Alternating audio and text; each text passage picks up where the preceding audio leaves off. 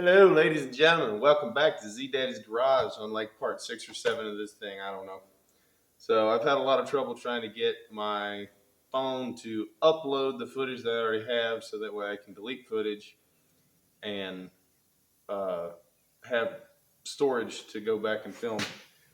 So I've got to figure that out. I may just have to buy a new phone or do something, but we're gonna figure it out. So bear with me. Today, while I've already got this started, I got a tack coat on it. Trying to get some other things happening, and I forgot to put the phone up. We're painting the cab corners so that way I can get the bed put back on. So in the last video that I had to cut short, slideshow at the end of it showed you what all we got done with the panhard, the shocks, the brake lines, just finishing up the rear end. Excuse me. So you saw that slideshow. That was where I left off the last time. This time coming into it, I still do not have the door sill plates to get the carpet tack down, which I need to put the weather stripping in before I do that anyways. And I still don't have my wiring gutter that I bought for the engine bay, although that's a future part, not right now. So what we're doing today is we're going to get the cab corners painted, finished up. We're going to get the bed put back on it. I will have to make a run to town to get some hardware because I forgot to pick that up last time I was out. But yeah, if we can get the bed back on, then that'll give me a lot more room in here. And then we're going to start cutting the rust out of the fender and the core support and get that patched up. So you'll be able to watch that as we go along. So I've already got the gun mixed up. Like I said, I got a tack coat down already. We're just going to go ahead and shoot another layer on it. I'm probably going to do 3 coats. I went to a local company here that I've been getting my paint from for years. They did an excellent job matching it up, put a little bit of flattener in it for me. And the color itself actually turned out spot on. It's still obviously one color, so I am going to have to go back with some red oxide and see if I can shoot a little bit of fake patina into it. I don't want to go overboard because I don't really, there's very few vehicles I've seen done fake patina that look really good. So I'm gonna keep the fake patina as calm as possible. I just don't want the cab corners to stick out like a sore thumb, like they've obviously been repaired and repainted. So let's go ahead and hit this with another coat and see where the day goes.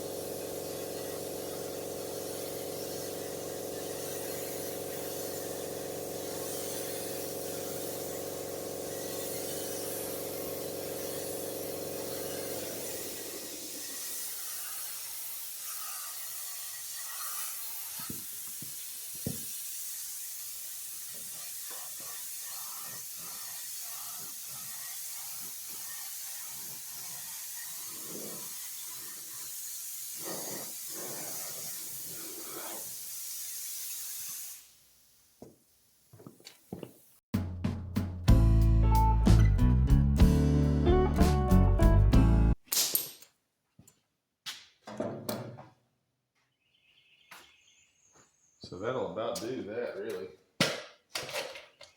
Once it dries, I'll be able to see.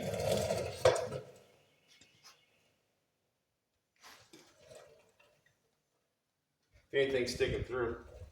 But the bodywork itself actually turned out really good. I'm happy with that. The filler that I put over the weld seam was able to get sanded down really good. I put the high build in it to fill in the air pockets in the Bondo. Sanded that down this morning, and it turned out really good. It's pretty smooth. There's one little bitty pocket right here that I can still see, but hey, it's good enough for government work, right? Like I said, this end is not going to be a full professional restoration. This is just a redneck doing some stuff. So a trick that my dad picked up from somebody, I can't tell you who, couldn't tell you who, but 4/0 steel wool. And this paint already got flattener put in it, as I stated. So I don't think I have to kill the shine, but 4/0 steel wool makes the paint look nice and weathered. It takes all of the sheen off of it. So I may just wind up hitting this with some 4-aught and see how it looks. I don't know. I'd have to find the airbrush because it's somewhere around here. I'd still like to put a few, at least like I said, some red oxide streaks or something like that. But I'm going to try to practice that on the back of the cab, maybe before I put the bed on. So that way if I screw it up, it's going to be hidden. So bear with me today while I'm talking to. We've been fighting. I thought it was sinuses. Apparently it's some kind of cold. So my wife has it, my kids have it.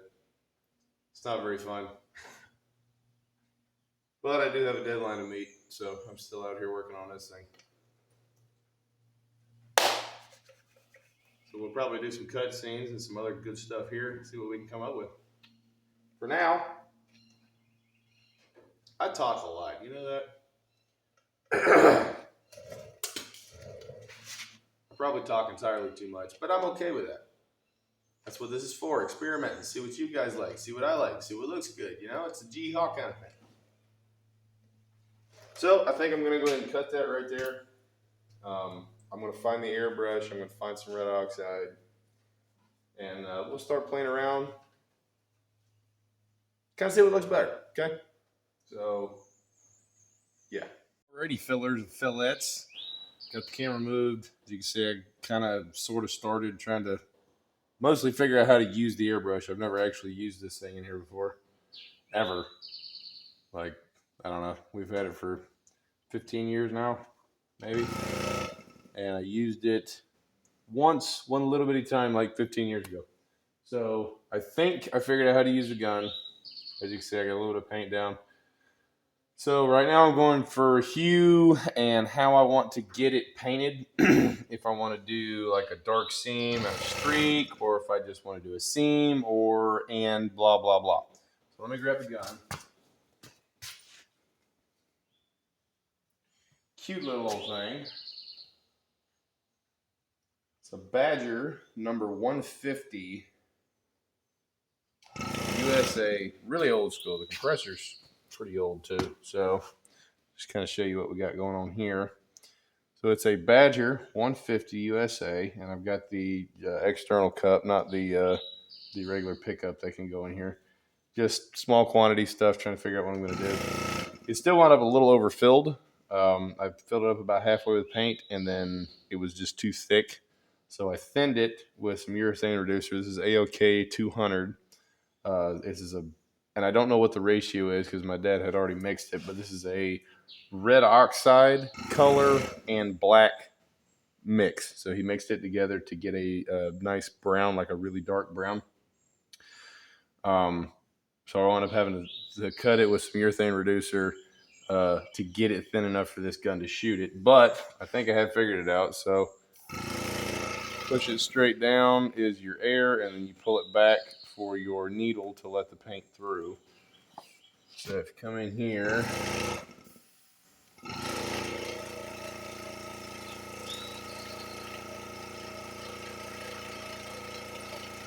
we go.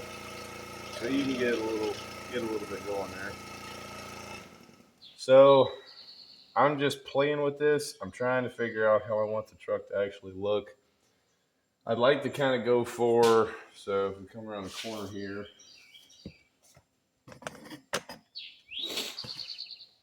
now let's do this.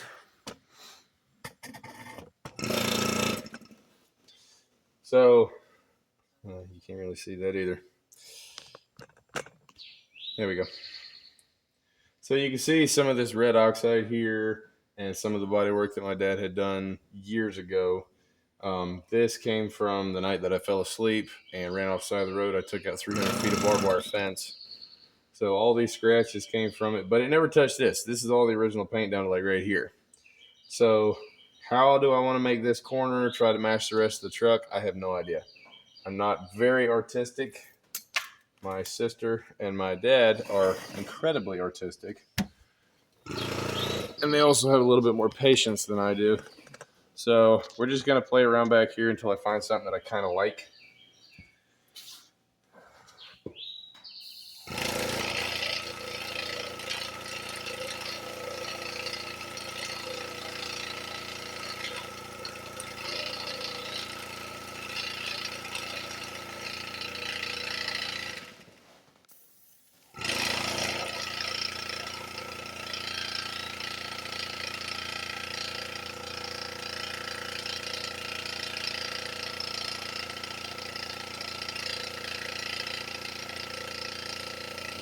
that looks pretty good for this seam. So let's do this. So let's do.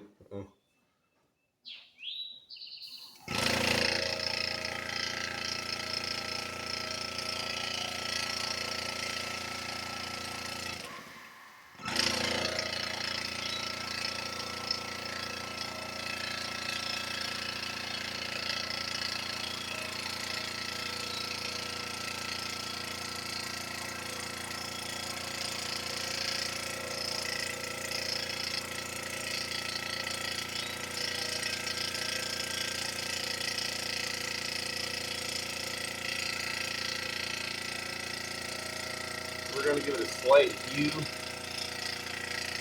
kind of kill the whole thing a little bit.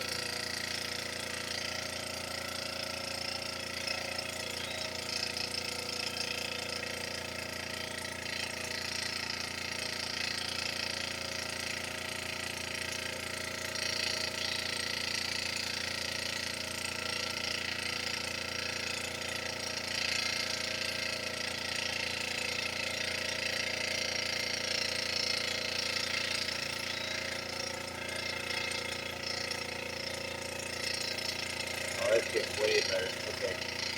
So, I don't know what was originally causing stringers to come out of this thing. But I did get past that point.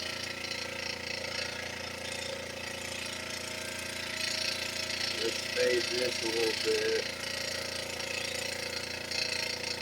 And let's put a dark gouge in it. Let's put one right here.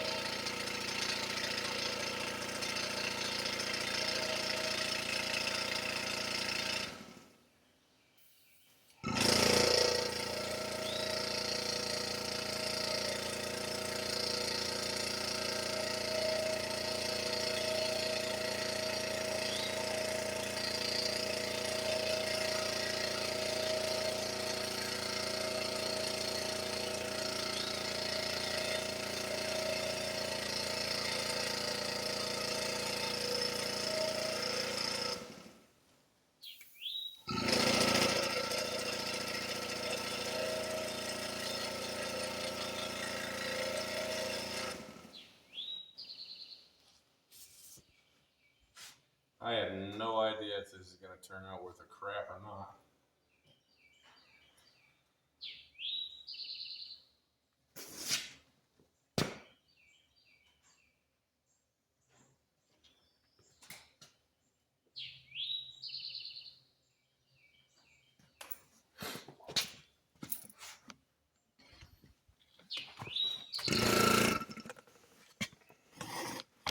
So,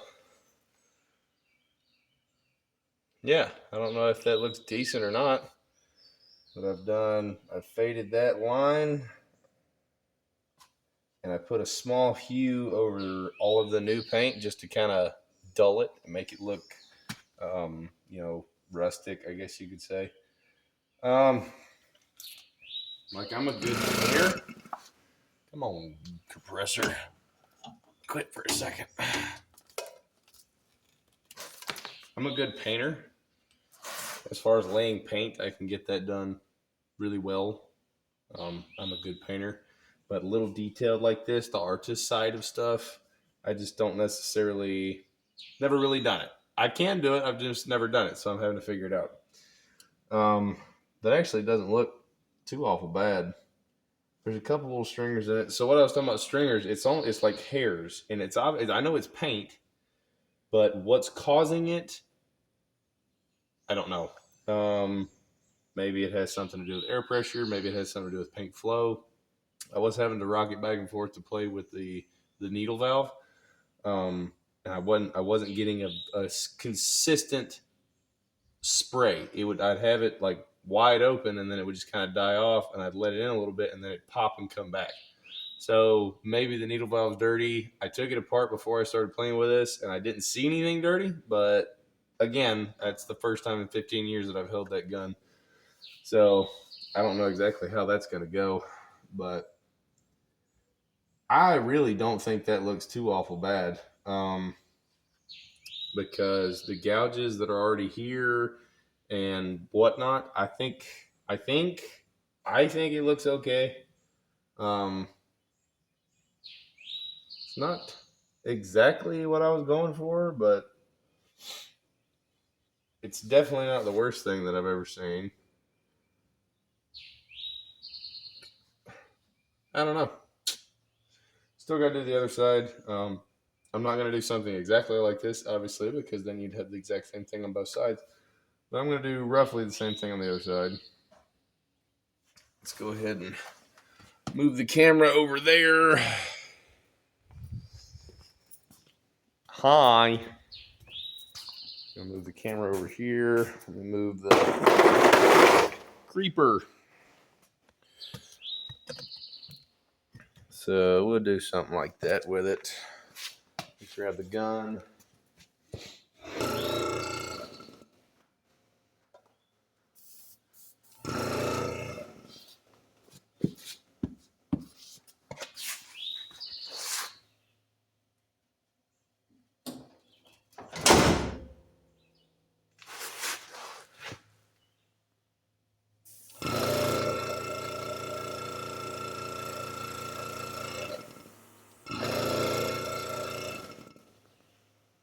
See.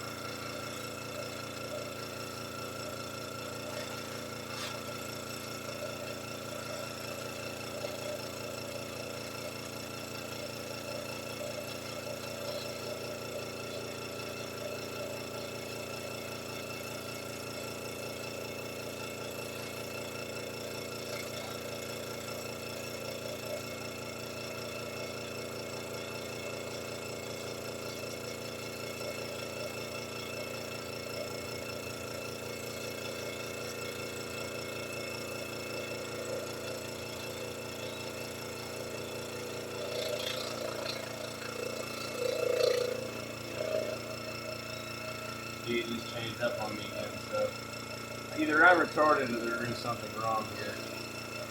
And it's a very good possibility that I'm just retarded.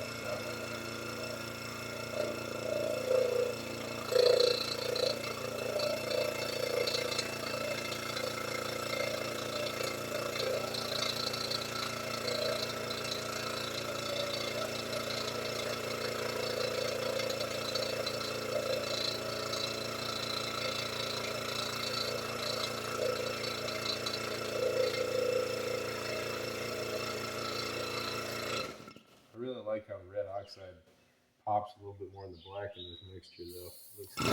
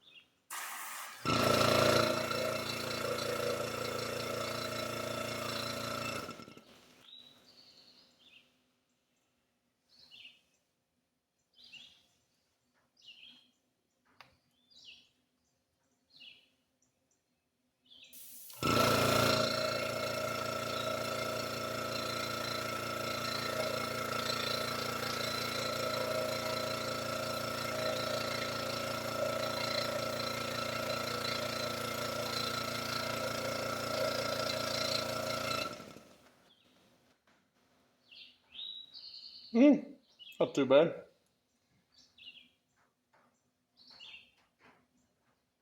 Really, actually, not too bad. That's a little bit better than I thought they would turn out. So I'm getting somewhere.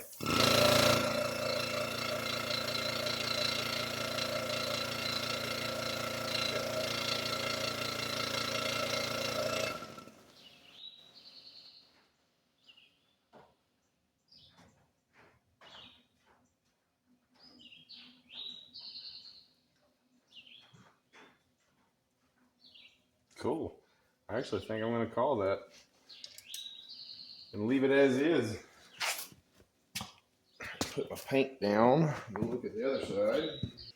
Good deal. Well, with that being said, then, stupid compressor. With that being said, I'm going to go clean this gun out before paint starts drying in it. I got to get better looking at the lens.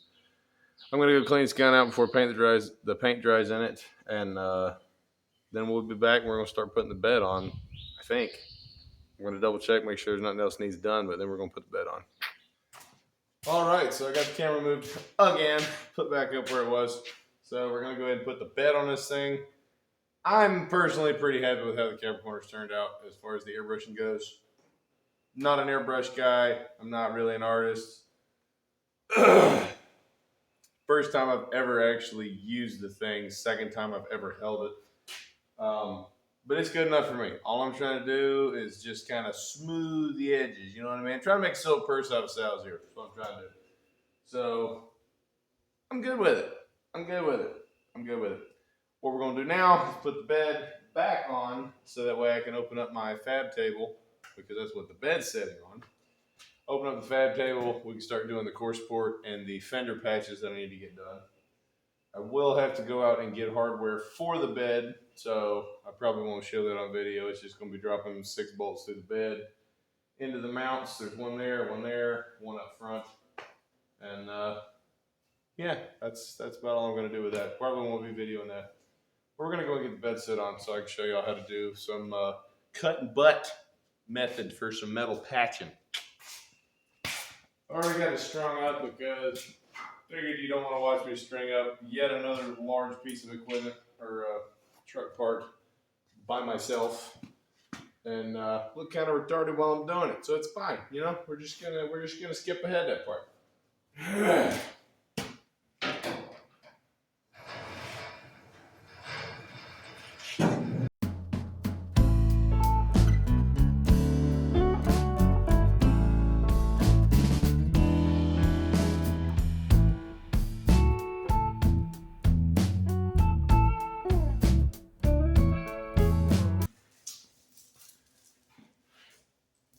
60% of the time, it works 100% of the time.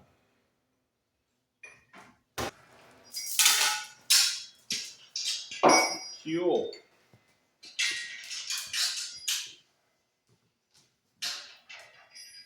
And that is actually pretty close. I gotta come this way a little bit.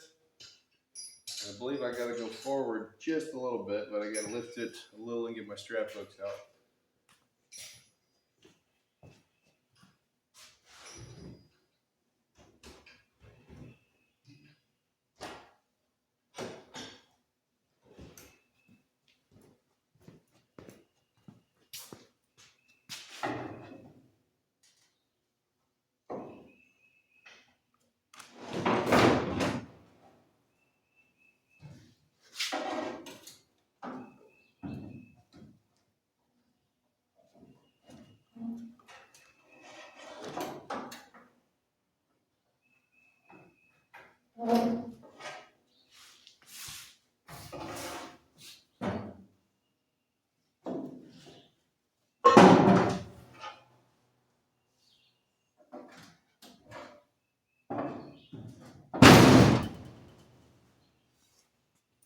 There's forward.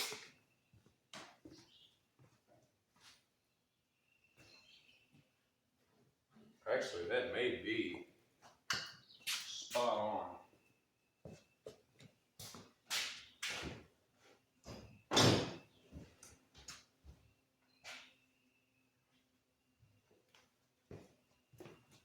Crawl up under to see where the bolt holes are.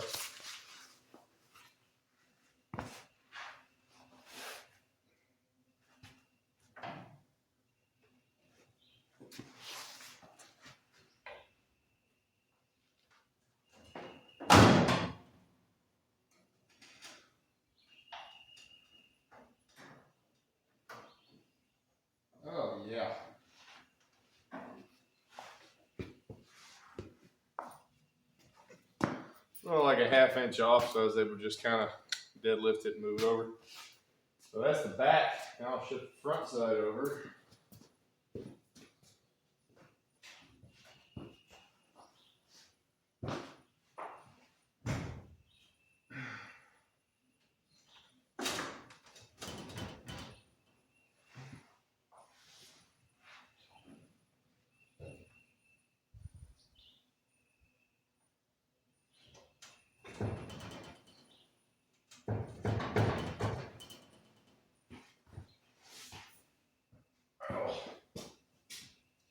All right, so the front actually still had a bolt sticking through. The front of the bed is where it's supposed to be.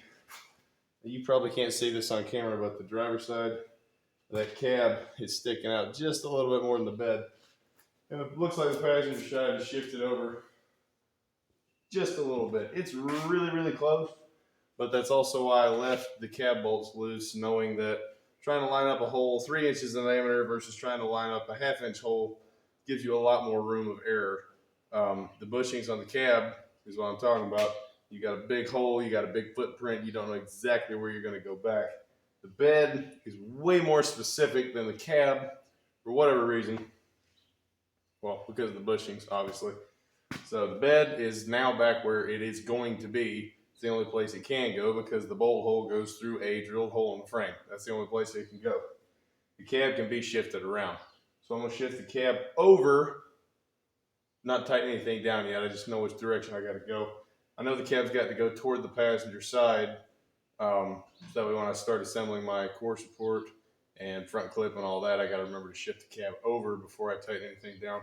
I'm going to get the front clip lined up really good and looking the way I want it to be before I tighten the cab down, so everything's finalized that way. But yeah, no, I'm pretty happy with that. Cool. So, fab table. Let's go ahead and, what was that? Rotate this deal over here. Tell you what, we're going to find us a better cut and chop method, angle of the dangle, whatever I'm trying to say thing here. Uh-oh, where'd that bolt go?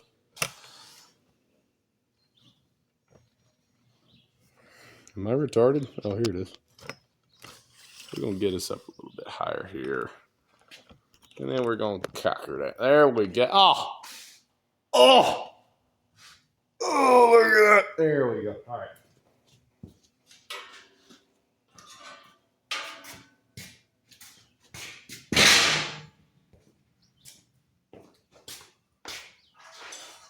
Don't know what most of this stuff is. Junk. Steel pencil, that can be useful. Junk. All that junk. Okay, don't need any of that. Cool. All right, we'll grab the fender and set it up here.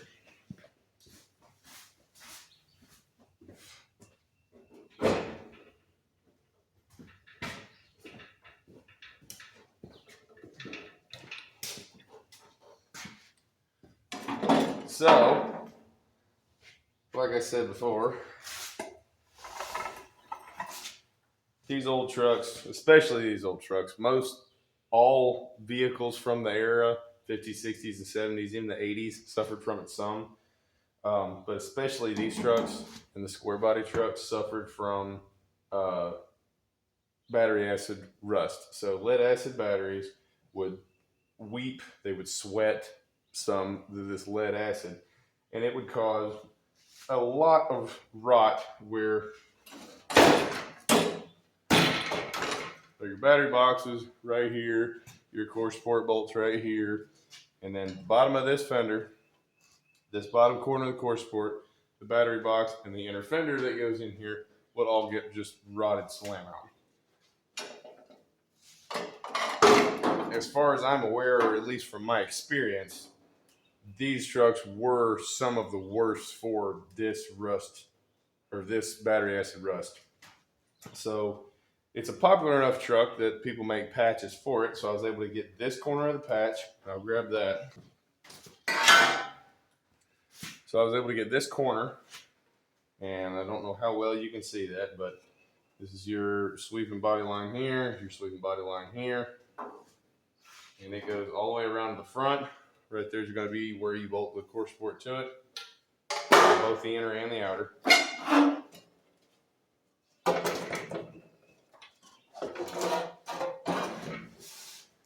Yeah, I don't know how much of this you're going to be able to see. So this is a patch that my dad put in when I was 2, I guess, 30 years ago almost. But you can see how much of this rot is just, this is where the core support is supposed to bolt to the fender, and there's nothing but a big hole there. Same thing here. Actually, this is for the grill. Excuse me, grill bolts here and here. All of that's rotted out. Core support upper bolts are okay. Core support lower bolts, non-existent. There's also supposed to be a patch here.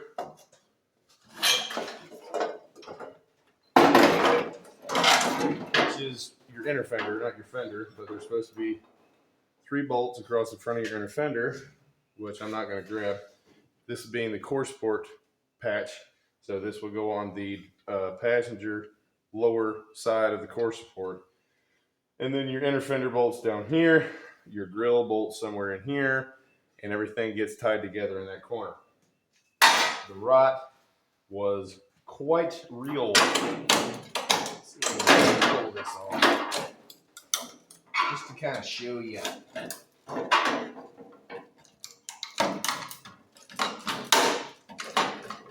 Oh yeah, top rivets, baby. Wow.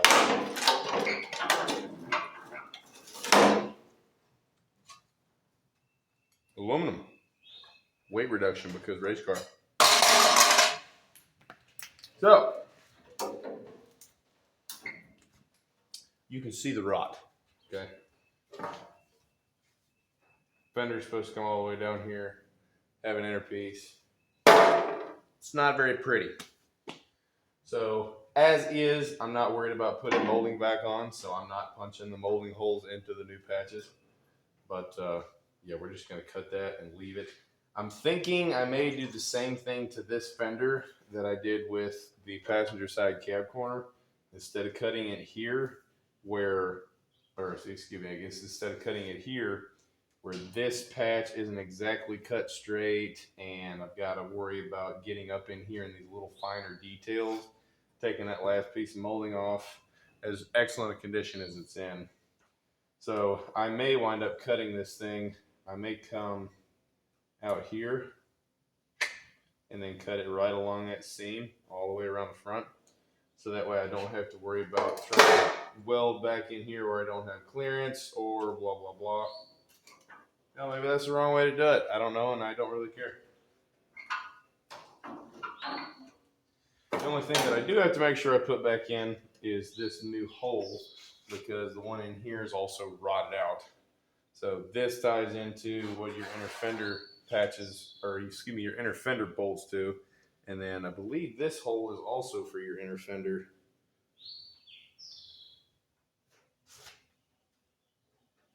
Maybe. If it was, it's not bolted to it or ever has been, or hasn't been in a long time. But that's beside the point. So I'm going to cut the camera again. I'm going to get the welder set up. I'm going to get my grinders and stuff out. We're going to start patching this. Who knows? We may get this at least tacked up today. And I'll go ahead and start the core support so you can see both of those, because there's no reason for you to watch me fully weld out both of these pieces. The only thing that I do want to show you, at least on this fender, as far as welding out goes, is how you want to bounce around. So if you concentrate too much heat in one section of this body panel, you're going to wind up with a lot of warping. It's going to look like crap. You're going to be mad. It's not going to be a good time. So when you're welding together body panels, let's say I got to cut across this seam. Let's just say that, right? So I'm going to cut it across this seam, put the new patch on there, buzz, buzz, buzz, buzz. Put like 4 tacks on it, right? One in the corner, one here, and then one in the other corner. Okay? So I'm going to, as I'm welding this, to weld it up, I'm going to put me a weld here, weld here, weld here, weld here. And I'm going to walk away for like 5 minutes. You know, it's thin sheet metal, so it cools quick. But if I can come back and lay my hand on it, that's all I need to do. So then I'm going to weld beside here again, and weld beside here again, weld beside here again, weld beside here again. Walk away for 5 minutes, come back, put another tack, put another tack, put another tack, put another tack. And I'm just going to keep stair-stepping these tacks all the way around in order to keep the heat out of my body panel and keep warpage down.